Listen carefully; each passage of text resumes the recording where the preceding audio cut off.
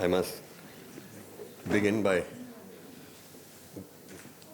doing the polite thing by thanking Jacques Clorec and Ion for having me here. I did not come prepared to say anything. But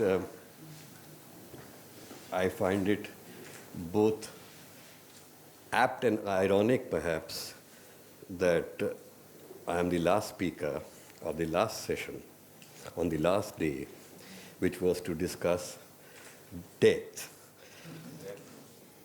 And when the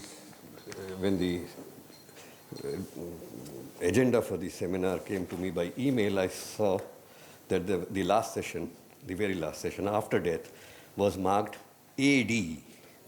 So I said, what? For a moment I thought Anno Domini. But it stood for Alain Daniélou. After that.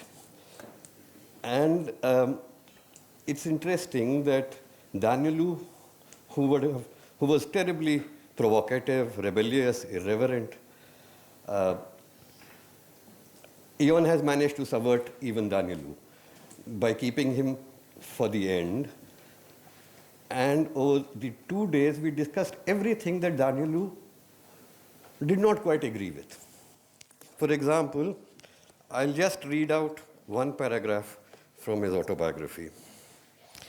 The enemy of the Dharma Sangh was not the British Empire, whose representatives never interfered with the rights and religions of the Hindus.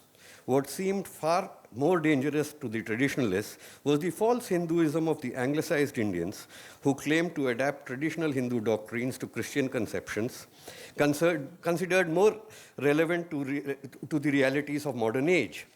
The true war had to be waged against the so-called ashrams, which exploited people's gullibility, against theosophism, against Aurobindo, Ramakrishna followers, but especially the politicians. Gandhi seemed the very type of the modern reformer, more Christian than the Hindu, fighting like Don Quixote against non-existent problems such as the caste system and the so-called untouchable, which generated considerable publicity in his favor amongst the British socialists, but did not really interest the Indian people. Now, those of us who know a little bit about Daniélou, at least I was also rebellious. My father was a communist painter, and I chose to study classical music and Sanskrit. But it is interesting that Danielou's spiritual guru, who initiated him into Hinduism, Swami Karpatri, who was also the founder of the Jana Sangh, the Hindu right-wing party, today they would not have time for Daniélou. You know, it is only the pseudo-secularists and the pseudo-Indians, as Daniélou calls them, who have time for Daniélou. And it is interesting to note that although Nehru did disapprove quite severely of Daniélou himself, and which led to Danielou's exile from India for the rest of his life. But it is also interesting that very India today rises up to the national anthem, which was set to music by Daniélou.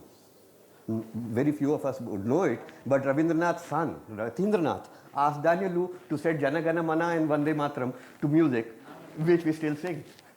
Thank you.